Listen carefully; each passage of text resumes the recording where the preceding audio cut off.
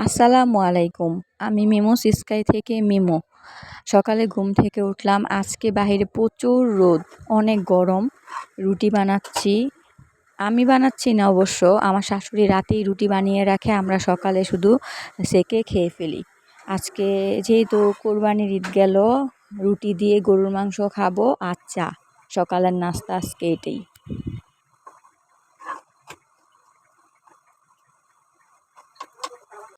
যেহেতু আমাদের বাসা রাস্তার সাথেই, জানালার সামনে দাঁড়িয়ে দাঁড়িয়ে আমি চা খাচ্ছি আর মানুষ দেখছি কে আসছে আর কে যাচ্ছে। Time pass. চাটা শেষ করে রান্না করে এসে দেখি অল্প কিছু থালা বাসন আছে, তাই থালা বাসনগুলো ধুয়ে নিই। আজকে ঘরে কোনো তেমন কাজকর্ম নেই, কারণ গতকালকে আমার খালা শাশুড়িরা আমাদের বাসায় দাওয়াত খেয়েছিল, সেখানে কিছু তরকারি বেঁচে গিয়েছিল। আজকে আমরা ওগুলোই খাওয়া দাওয়া করে শেষ করে ফেলবো, তাই ঘরে তেমন কোনো কাজকর্ম নেই। আমি ইউটিউবে একেবারেই নতুন। আমি যে ভিডিওগুলো বানাচ্ছি আপনারা অবশ্যই কমেন্ট করে জানাবেন যে ভিডিওগুলো কেমন লাগছে।